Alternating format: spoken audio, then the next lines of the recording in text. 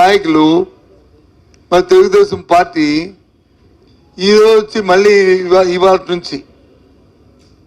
నుంచి సుమారు 6,072 కోట్ల రూపాయల్ని ఇవాళ వచ్చి అధికంగా భారం మోపింది. దాని నుంచి ఏదైతే నేను చెప్పానో అప్ టు 30 యూనిట్ల వరకు వాడుతున్న ₹90 ఇవాళ అది సుమారు ₹3 అయ్యే పరిస్థితి ఇవాళ ఉంది. అదే ₹3 వాడుతుంది వచ్చి ₹4.20 అయిపోయే పరిస్థితి ఉంది. అంటే ఒక యూనిట్కి సుమారు ₹120 నుంచి ₹1.25 పెరుగుతుంది. ఒక యూనిట్కి ఇది పెరుగుతుంది. ఇది ఎప్పటి వరకు? ఈ నెల వరకు. ఇదే ఫిబ్రవరి నెల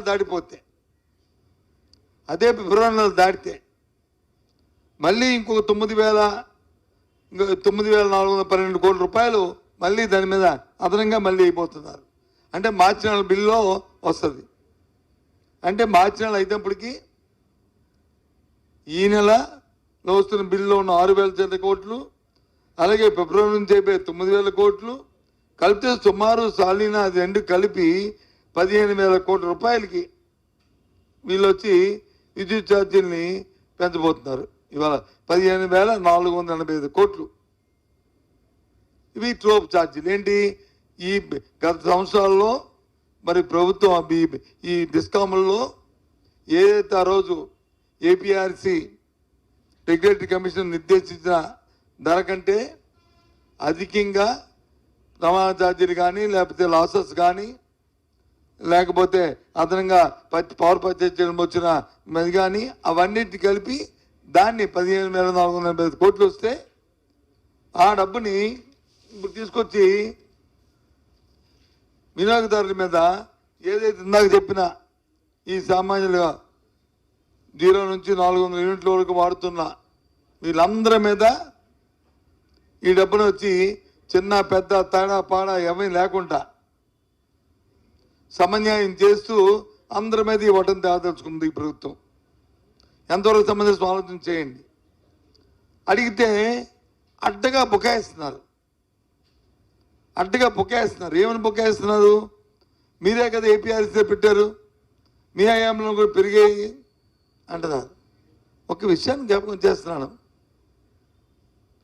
ఇక్కడ ఉన్న ఆ నాయకులకి మీ ద్వారా రేపు ఇంక మళ్ళీ దీని తర్వాత అడగబోయే పత్రికా సోదరులకు కూడా వాళ్ళకి కూడా ముందుగా చెప్తున్నాను, వాళ్ళకి కూడా మీకు కూడా ఇవన్నిటినీ ఓవర్కమ్ అయ్యాయి కదా. మాకు చాలా తెలివితేటలు ఉన్నాయి, మాకు సంపద సృష్టి తెలుసు, అద్భుతమైన మాకు ఆలోచనలు ఉన్నాయి, మాకు వచ్చి అనుభవం ఉంది అని కదా ప్రజల్ని మభ్యపెట్టి మోసం చేసి వీటికన్నింటికి మీరు ముందుకు వచ్చారు. మరి ఏ రకంగా మీరు ఈ ₹2 రేపు మార్చి లోపల ఇవాళ నుంచి మరి మార్చి వరకు చూస్తే సుమారు ₹2 పెరగబోతుంది. ఏ రకంగా మరి మీరు వడ్డనేస్తారు? ఈ 15,000 కోట్లని ఎందుకు ప్రభుత్వం సబ్సిడీ లోపల ఇవ్వలేకపోతుంది? ఎందుకు ఇవ్వబోతుంది? ఇవ్వచ్చు కదా, ప్రభుత్వం సబ్సిడీ చేయొచ్చు కదా, ప్రజలకు భారం పడకుండా చేయొచ్చు కదా. ఎందుకు చేయలేదు? కారణం ఏంటి చెప్పండి. నేను ప్రజల తరపున అడుగుతున్నాను.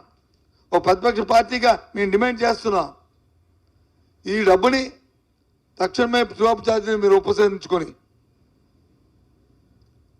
ప్రభుత్వమే వెసులుబాటు చేసి ఈ 15,485 కోట్ల రూపాయలని ప్రభుత్వం డిస్కాములకి వచ్చి చెల్లించి ప్రజలకు ఉపశమనం కలిగించాలి. ప్రజల మీద వచ్చి ఒత్తిడి తేగకూడదు, ప్రజల మీద వచ్చి దీని భారం పడకూడదు అని మా డిమాండ్. సమంజసంగా ఆలోచన చేయండి. మీరే చెప్పారు కదా ఎన్నికల ముందు, ఇదేదో ఎన్నికలు అయిపోయిన 5 సంవత్సరాల 3 సంవత్సరాల తర్వాత మాట్లాడుతున్న మాటలు కాదు కదా. అయినా ఎన్నికలైన 7 నెలలకే మాట్లాడుతున్న మాటలు కదా, 6 నెలల తర్వాత 7వ నెలలో మాట్లాడుతున్న మాటలు కదా ఇవి. దయచేసి ఆలోచన చేయండి. ఏ రకంగా ఉందంటే ఏది మాట్లాడినా ఏదో శ్రీరామనామం జపంలాగా ఏదో రామ రామ రామ అన్నట్టు జగన్మోహన్ రెడ్డి, లేకపోతే ఆవు గదలాగా ఆవు పాలు ఇచ్చిన పాలు తెల్లగా పాలు వచ్చి తెల్లగా ఉండను, దాని నుంచి నెయ్యి వస్తుంది, వెన్న వస్తుంది, వెన్న మనకు పెడితే నెయ్యి వస్తుంది. ఇదే కథ, ఇంకో కథ లేదు. గత 5 సంవత్సరాలు జరిగింది. మరి 5 సంవత్సరాలు జరిగిందని చెప్పి మభ్యపెట్టే కదా మీరు అధికారంలోకి వచ్చారు. వాస్తవం చెప్పండి, అవునా కాదు చెప్పండి. మళ్ళీ ఏ రకంగా మళ్ళీ విద్యుత్ ఛార్జీలు పెంచుతారు మీరు? ఏ రకంగా పెంచుతారు? ఇది ధర్మమేనా చెప్పండి? ఇది న్యాయం కాదు కదా ఇది.